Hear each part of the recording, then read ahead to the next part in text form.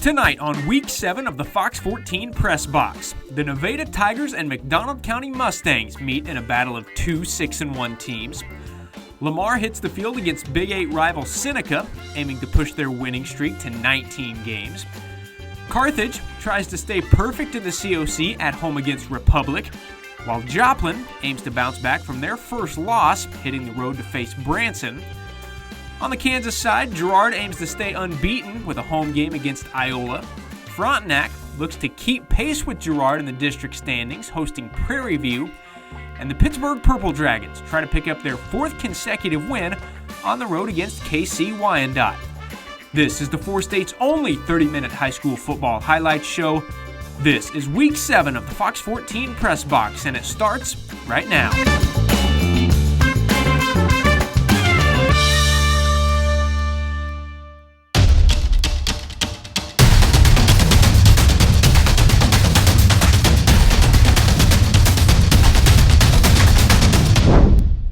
What's up, everybody? It's hard to believe, but we are already at Week 7 of PressBox here on Fox 14. Fox 14 Sports Director Jacob Leonard. Here beside me, like always, is Danny Terzer. We're starting things off tonight with a Big 8 clash. The Nevada Tigers host the McDonald County Mustangs. Now, both teams have only one loss on the year, coming from the same team, the Lamar Tigers. Otherwise, two high-powered offenses going at it tonight. We'll pick it up first drive for McDonald County, 3rd and 9. Cole Martin to Pierce Harmon. Harmon takes a shot here. He hangs on for the first down. The very next play, Martin, one of my favorite players, man, sends a rocket down the middle to Colton Ruddick.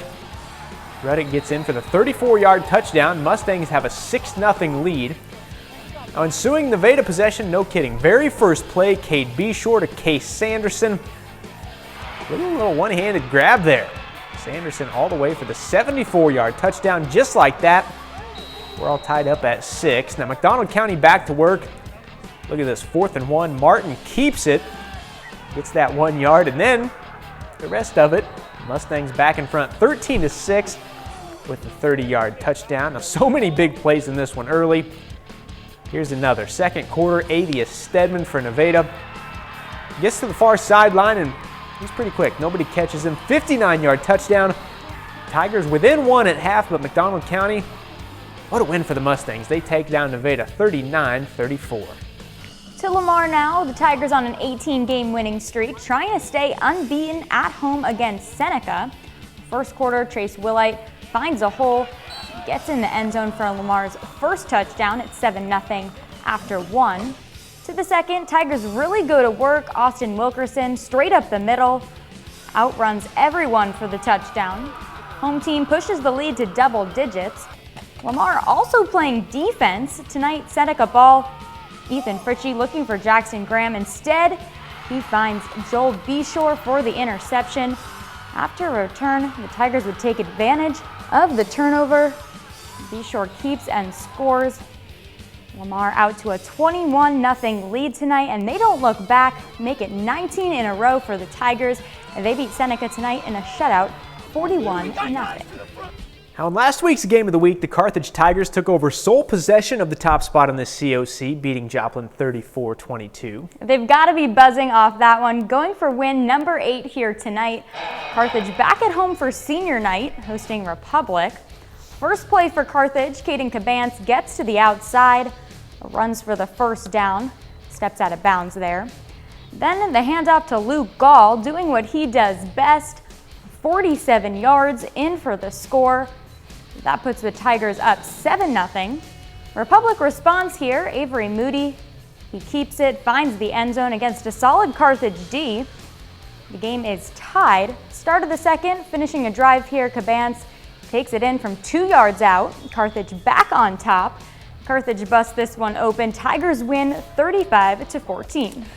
Well, as we mentioned, the Joplin Eagles are coming off their first loss of the season. In last week's game against Carthage, the Eagles' offense was held to a season-low 22 points. And Joplin tries to rebound tonight, hitting the road to face Branson. And Joplin with the ball deep in Branson territory. They would strike first, always right on the keeper. Just too quick to stop there. Touchdown Joplin makes it 6-0. The Pirates answer back. 3rd down, Branson dials up the running back pass. David Hadler to Cooper Saxton. Finds his way into the end zone for the touchdown. We are tied at 6. The next Joplin drive, always right, looking for it all. He's got Terrence Gibson behind the defense, but Saxton runs him down and forces the fumble. Javen Finkbone grabs the ball, runs it back the other way for the Pirates. Joplin really had to work for it tonight, but the Eagles get by 21-16. Switching to Southeast Kansas now, the Girard Trojans, no doubt been one of the best stories in the area this season. The Trojans are 6-0 for the first time in 22 years, and right now they're tied with Frontenac for first place in the district with a 3-0 district record. Girard aims to stay perfect tonight against Iola in their first home game in a month. The first score of the game goes to Girard. Luke Nigeman connects with Wyatt Foley in the end zone. Missed PAT, but the Trojans in the lead at 6-0. Girard with the ball here again, the handoff to Alec Coaster. He gets to the outside. He gets by everyone as he goes straight into the end zone. Girard leading 12-0. Still in the first, Nigeman keeps it and gets in for the score. Then early in the second, Trojans on the ground again. Bo Harris runs it in, no problem. Girard stays rolling, winning tonight 42-6. In 3A District 1, everyone is chasing Galena right now. The Bulldogs are undefeated in the district play and have won 5 games in a row coming in tonight's matchup with Cherryvale. Galena rolls again 38-0. The Bulldogs stay on the road for the 3rd straight week next week at Baxter Springs. The Pittsburgh Purple Dragons are on a 3-game winning streak with just 2 games to go. In tonight's matchup, it's Pittsburgh's final road game of the regular season at KC Wyandotte. Pittsburgh put up 60 tonight, winning 63-16. Purple Dragons return home to close out the regular season next against Baser Linwood next week. Well, after the break, we'll get back into the COC with Carl Junction hosting Nixa and Webb City at home against Ozark. Plus, Frontenac tries to keep pace with Girard for the first place in the district with a home game against Prairie View. Stick around, we'll have that and more after the break. The Frontenac Raiders are on a 4-game winning streak after last week's blowout win over Anderson County. Frontenac enters the night tied with Girard for first place in the district. And we already showed you that Girard took care of business tonight against Iola. Frontenac trying to keep pace with the Trojans, set up a district title game with the Trojans next week. Frontenac leads 12-0 here. Prairie View trying to make something happen. Bodie Eisenhower breaks a few tackles, runs untouched the rest of the way. That cuts the Raiders' lead in half. Then on a punt return, Mario Mangini back there. He'll dodge a tackle, cuts back inside, over to the far side of the field. Eventually he gets in for the score. Raiders go on to get the job done at home tonight, winning 26-12. 3A District 1 here, Columbus and Parsons squaring off in Parsons. Vikings coming off a huge win over Caney Valley last week. Tonight Parsons does it again. Take down Columbus for their 3rd straight win, 21-20. Next up, the Vikings wrap up their district schedule hosting Cherryvale. The Riverton Rams are in first place in 2A District 1, perfect in district play and 5-1 overall. This evening, Riverton is at Fredonia. Fredonia gets a big win at home, 30-28. The Rams return home for their season finale against Colgan next week. Carl Junction looks to find its offensive rhythm again tonight after struggling to find the end zone even once in last week's loss to Republic. It will be a tough one for Carl Junction against a good Nixa team tonight. Explosive play here on the opening drive of the half. Cale Combs breaks free, almost gets caught but wins the foot race into the end zone, 35-14 Nixa. Okay, this play here is awesome. 3rd and 10, Dexter Merrill on the receiving end. One-handed grab, what a play. And that leads to 1st and goal. Jordan Woodruff gets in. Bulldogs back within 14. And then CJ defense forces the punt, but first play thereafter, it's a Nixa pick 6. It's Ty Hartman adding the points. Nixa rolls by CJ 49-21. Let's go to Webb City now. The Cards aim to bounce back against Ozark after their first ever loss to Nixa a week ago. Cade Wilson on fire early. Dude found the end zone 3 times in the first quarter. There's number 2. Then we'll go to the other side one more time. Breaks free. Cardinals up 19-0. In the second quarter, Connor McMurray looking down the field, but Jace Easley turns around to get the interception, giving Ozark possession. Now Ozark here at the 3-yard line trying for their first score. Ball comes loose, but Easley there to cover it up. That makes it 19-7 in the second. Webb City, plenty of points in this one. They beat Ozark 63-48. Well, the Aurora Hound Dogs are on a tear right now. Since dropping their season opener, the Hound Dogs have been perfect, winning 6 straight games. Tonight, Aurora at Reed Spring, and they did it again, winning 28-14. Aurora closes out the regular season next week with a big road game against Nevada. On the other side of the Big 8, East Newton and Cassville meet today. East Newton is 1-6, while Cassville slightly better with a 2-5 record. The Wildcats get the job done at home, winning 42-6. Cassville finishes up the regular season next week at McDonald County. Well, this season has been a tough one so far for the Neosho Wildcats in their first year under head coach Brandon Towdy. The Wildcats are winless in their first 7 games, but tonight they got a chance to change that. Neosho hosts Willard this evening. Willard also trying for their first win of the season.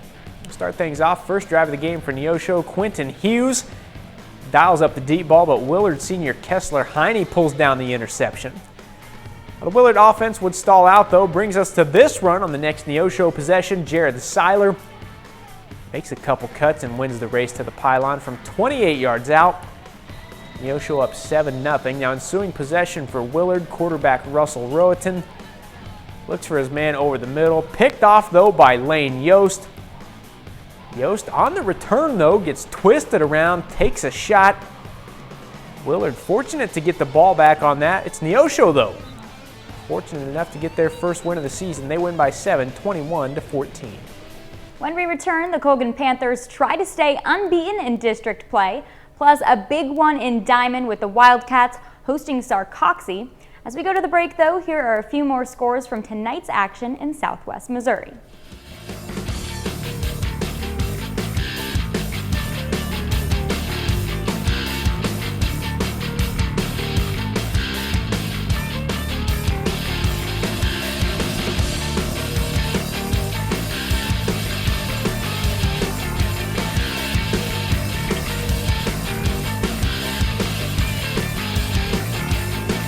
The Sarcoxy Bears are 5-2 through their first 7 weeks of the season. One of those 2 losses came last week, falling to undefeated Marionville. Now the Bears try to rebound tonight, hitting the road to face Diamond. The Wildcats are 3-4 coming in. Early in the second half of a muddy matchup, Diamond moving the ball down the field. Hunter Schallenberger follows his blockers, punches it in from 16 yards out. Wildcats on top 21-0. Sarcoxy trying to answer next possession. Ball gets thrown up into traffic.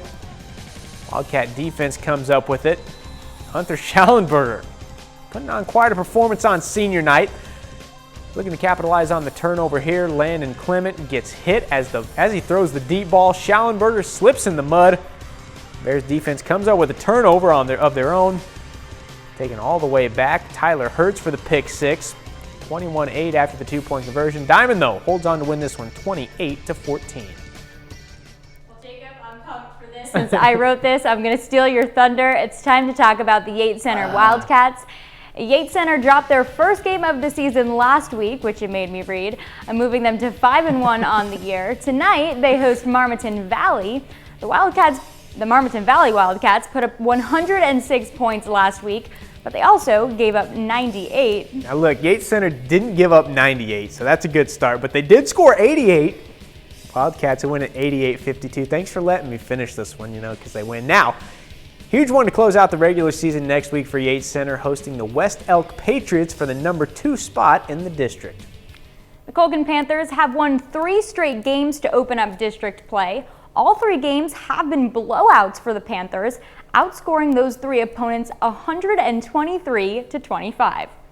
Tonight, Colgan has a chance to get above 500 and push their winning streak to 4 games. At home against Erie, first drive for Erie, Garrett Ruark keeps it, gets outside enough for the first down. But the Rough Devils come up empty on the drive. Colgan ball now. Aiden Fleming gets into the end zone for the first touchdown of the game. Erie back in possession. Colgan defense nearly comes up with a pick here. That's Keegan Fleming over there, close to getting the interception. Panthers go to the air now. Fleming looking for Colin Height. Beautiful ball. Height brings it in for the 43-yard score. All Colgan, all night. Panthers get to 4-0 in the district, winning 41-8. Field Kinley, fresh off their first win of the season, faced with a tough one tonight against Chanute. Now Chanute, listen to this, 5-1 on a 5-game winning streak. They've allowed exactly 0 points in their last 3 games. None. Tonight, Field Kinley did score, so Chanute didn't get the shutout, but Chanute goes on to roll 48-6. The Blue Comets wrap up their regular season at home against Labette County next week. When we come back, we'll flash back to Thursday night action in Oklahoma. Plus, we'll talk about tomorrow's college games for Pitt State and Missouri Southern. First, though, here are a few more scores out of Southeast Kansas.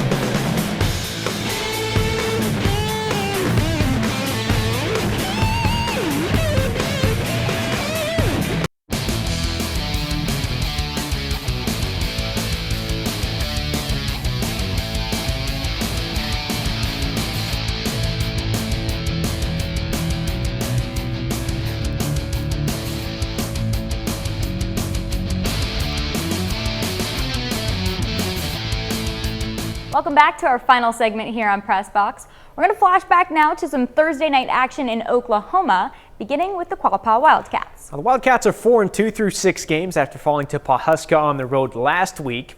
Quapaw on the field against Afton in Week 7. Eagles enter this one 1-5. Now, Afton gets a play on defense early. Brady Robinson picks off the pass inside the 5. From there, though, it was all Quapaw. Jackson Derringer out to Preston Thomason. Spins out of 1 tackle, stiff arm there, then he's all alone. 42-yard touchdown connection. Wildcats up 8-0. Then Quapaw gets a play on defense. Pass tipped at the line. Stetson MacArthur comes down with the interception, and they would turn that into points. Derringer to Peyton Schapp. He weaves in and out of defenders, eventually dives in for the touchdown. At that point, it's the Wildcats with a 15-0 lead. But Preston Thomason back in the highlights. QB tries to get rid of it here, but Thomason there for the interception.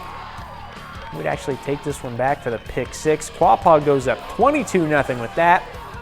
Wildcats going to win this one big, 48-16. All right, let's go to Commerce now. The Tigers try for their 3rd straight win, hosting the Ketchum Warriors.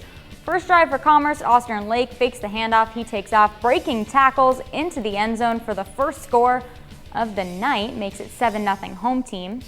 Next drive for Commerce, Eric Cunningham finds a hole. He rips off a big run, finds the end zone. That gets the lead to double digits for the Tigers. Now Commerce goes to the pass game. Lake looking around, finds Levi Reinhardt in the end zone for the score. Tigers now have the first 21 points of the night, and they get more. Cunningham again on the ground, gets his 2nd touchdown of the night. It's 28-0 early. Commerce continues to roll, taking this one 41-6. That's almost our time here on PressBox, but before we go, a quick reminder of what's coming up tomorrow at the college level. Both Pittsburg State and Missouri Southern will be at home tomorrow afternoon. At 4 p.m., Missouri Southern hosts Central Missouri. Earlier in the day at 1, Pittsburg State hits the field against the Lincoln Blue Tigers.